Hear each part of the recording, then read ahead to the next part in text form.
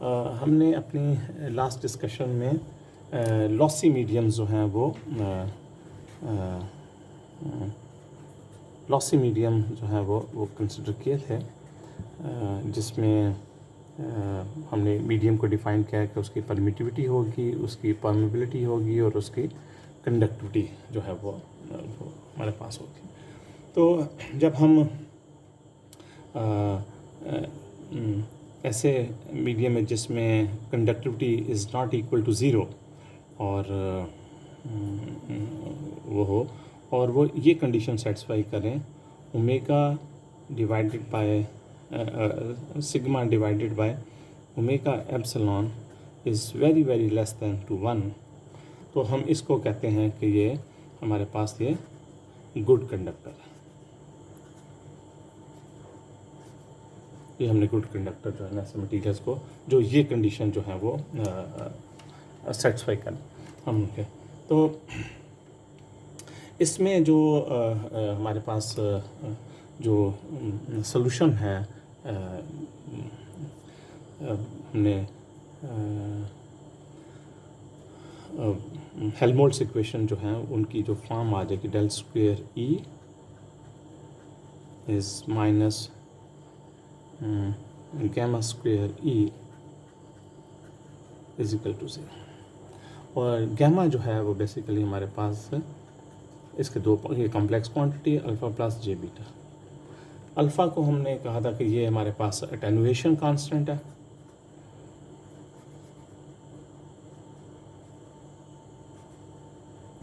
Attenuation constant है, और ये जो बीटा है ये हमारे पास प्रोपगेशन कांस्टेंट है, ये हमारे पास प्रोपगेशन कांस्टेंट। तो जो हम इसका जो सोल्यूशन लिखेंगे, इसका सोल्यूशन जो होगा वो हमारे पास e raise to power minus alpha g and e raise to power minus beta ji,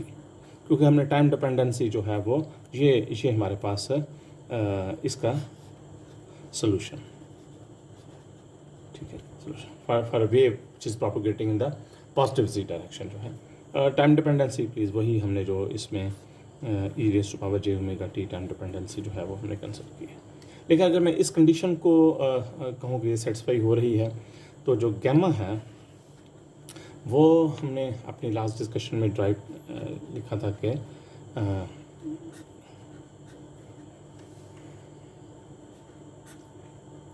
omega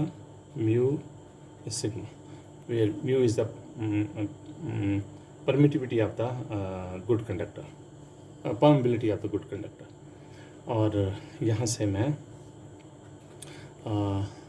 ये इसको लिख सकता हूँ कि मेरे पास 1 प्लस जे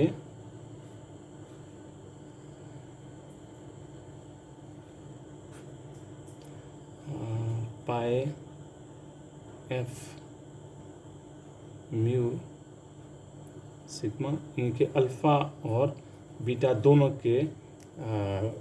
जो वैल्यूज़ जो हैं वो बराबर है, जो अल्फ़ा की वैल्यू है वही बीटा की वैल्यू है। जो मेरे पास जो intrinsic impedance of the good conductor जो है वो एक कॉम्प्लेक्स क्वांटिटी होगी, और वो हमने ये जो है वो सिग्मा इस अटेनुएशन कांस्टेंट अल्फा। और जो फेज़ वेलोसिटी जो है वो मेरे पास 2 ओमेगा इस म्यू सिग्मा मीटर पर सेकंड, ये मेरे पास इसके यूनिट्स जो हैं वो मेरे पास ओम के होंगे, ठीक है। और ये मेरे पास फेज़ वेलोसिटी जो है वो इससे जो है वो जो है वो ट्रैवल करेगा, ठीक है। तो first let's assume just as an example जो है वो कॉपर को जो है जस्ट हम एक एग्जांपल जो है वो कंसिडर कर लेते हैं। और वो एग्जांपल हमारे पास है कि हमारा जो गुड कंडक्टर है वो कॉपर है, कॉपर एज एन एग्जाम्पल, ठीक है। ये हमने कॉपर को जो है वो एज एन एग्जाम्पल है। और कॉपर की जो कंडक्टिविटी है, मैं जस्ट यहाँ लिखता चलूँ, कॉपर जो है उसकी कंडक्टिविटी जो है ये 5.8 इंटू 10⁻⁷ सीमेंस पर मीटर। और इसकी जो परमेबिलिटी है वो होती है कॉपर की 4 पाई इंटू 10⁻⁻⁷ हेनरी पर मीटर। ये मेरे पास जो है ये तो मैं अगर प्लीज़ इसमें देखूं कि ये मेरे पास मुझे यहाँ फेज़ वेलोसिटी डिटरमिन करने के लिए मुझे कंडक्टिविटी चाहिए, मुझे उस मटेरियल की परमेबिलिटी चाहिए, और किस फ्रीक्वेंसी के ऊपर मैं फेज़ वेलोसिटी को जो है वो डिटरमिन करना चाहता हूँ। तो मैं ये कंसिडर कर लेता हूँ कि मैं जो है वो 3 मेगाहर्ट्ज़ जो है वो ओमेगा जो है मैं 3 मेगाहर्ट्ज़ जो है वो सिलेक्ट कर रहा हूँ। 3 मेगाहर्ट्ज़ के ऊपर मैं कॉपर को जो अगर लूँ तो इसकी जो फेज़ वेलोसिटी है वो मुझे मिल जाएगी। अगर मैं यहाँ चीज़ें सब्स्टिट्यूट कर दूँगा तो वो मुझे फेज़ वेलोसिटी जो है वो कॉपर की जो अगर मैं कैलकुलेशंस करूँगा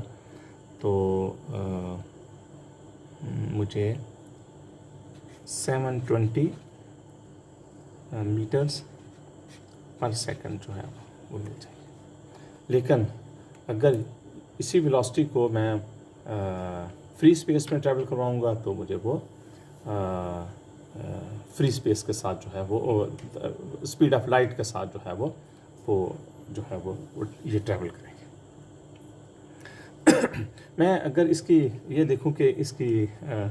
3 मेगाहर्ट्ज़ के ऊपर इसकी जो वेवलेंथ है, wavelength in copper,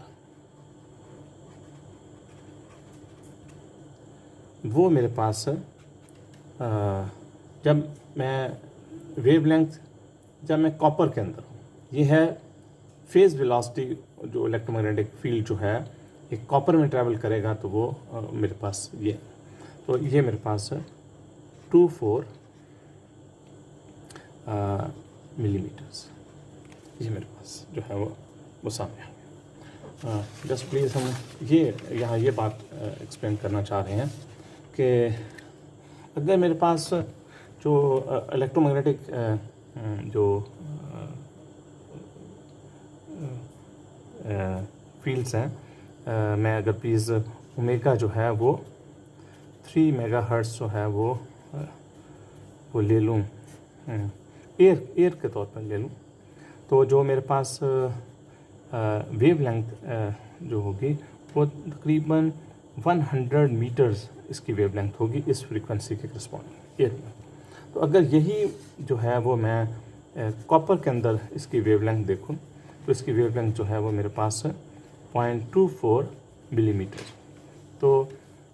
just medium change करने से मेरे पास वेवलेंथ में जो है वो अगर मैं इसी में जो है एयर में जो है वो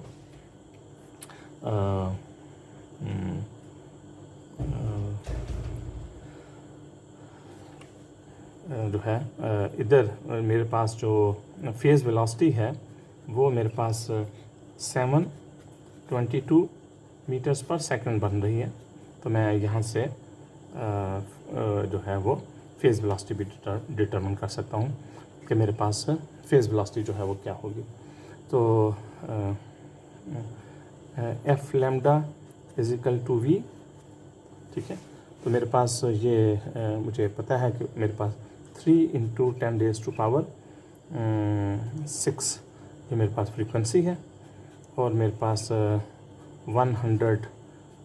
मीटर्स जो है वो मेरे पास तो मेरे पास जो वेलोसिटी होगी वो 3 इंटू 10⁸ मीटर्स पर सेकंड इसकी जो है वो। तो हमें यहाँ से जो बड़ा जो इंटरेस्टिंग जो है वो चीज़ जो हमारे पास सामने आई कि एयर में और कॉपर में जो है वो वेवलेंथ का जो है वो कितना जो है वो फ़र्क पड़ा। जस्ट मैंने कंपैरिजन करने के लिए बताया है कि और ये जो वेवलेंथ है और जो फेज़ वेलोसिटी है ये आपकी फ्रीक्वेंसी डिपेंडेंट है। अगर आप अपनी फ्रीक्वेंसी चेंज कर देंगे तो आपके पास जो है वो वेवलेंथ भी चेंज हो जाएगी और फेज़ वेलोसिटी भी चेंज हो जाएगी। मैं अगर इसका अटेन्युएशन कांस्टेंट जो है अटेन्युएशन कांस्टेंट डिटरमिन करूँगा तो अटेन्युएशन कांस्टेंट जो है वो अल्फ़ा वो मेरे पास 2 × 6 to 10⁴ NP पर मीटर जो है वो इसकी जो है वो अटेन्युएशन जो है वो, यानी कि जो मेरे पास जो वेव प्रोपगेट करेगी उसका अटेन्युएशन बिहेवियर ये है। ये पार्ट जो है अटेन्युएशन को रिप्रेजेंट करता है और ये पार्ट जो है वो प्रोपगेशन को रिप्रेजेंट करता है। तो हम अगर इस एक्सप्रेशन में मैं अगर मेरे पास z जो है वो मेरे पास वैसे मैं कितना ट्रैवल करूं कि ये कि मेरे पास जो डिके हो वो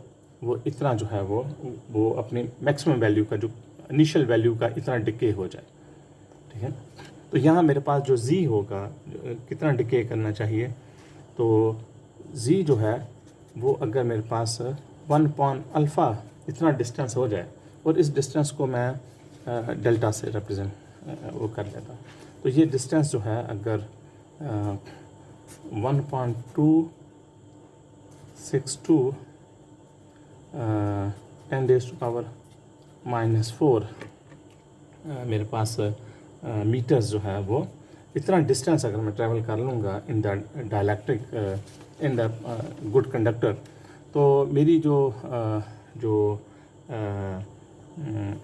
वेव है वो e⁻⁻⁻⁻⁻⁻⁻⁻⁻⁻⁻⁻⁻⁻⁻⁻⁻⁻⁻⁻⁻⁻⁻ मीन्स के 3.368 जो है वो यानी कि इतना जो है वो डिके कर जाएगा अपनी पीक वैल्यू, यानी कि अगर उसकी वैल्यू 1 थी तो अब वो 3.68 पे जो है जाके फॉल हो जाएगी। तो ये जो डिस्टेंस है कि जब ये लेट्स अज्यूम कि इस सरफेस के ऊपर इसकी वैल्यू 1 थी, लेकिन इसके अंदर जो है पेनिट्रेट हुई है और यहाँ तक जाते हुए इसकी वैल्यू जो है पीक का 3.68 हो गई है। तो ये जो डिस्टेंस जो ट्रैवल किया है इसने विद इन द कंडक्टर, ताकि ये जब इसका इतना डिके कर जाए, इसको हम डेल्टा से रिप्रेजेंट कर रहे हैं। This equal to 1/α attenuation constant, और इस चीज़ को हम कहते हैं स्किन डेप्थ, ठीक है। तो स्किन डेप्थ इज़ इम्पॉर्टेंट इसको कि जिसमें आप हम कहते हैं कि कोई चीज़ जो अपना 3 dB डाउन जो है वो हो जाती है। तो ये चीज़ें जो है वो हमारे लिए एक रेफरेंस पॉइंट होता है, और प्रैक्टिकल सिचुएशन के लिए हम हर मटेरियल की जो है एक स्किन डेप्थ को जो है वो कंसिडर करते हैं। Thank you very much.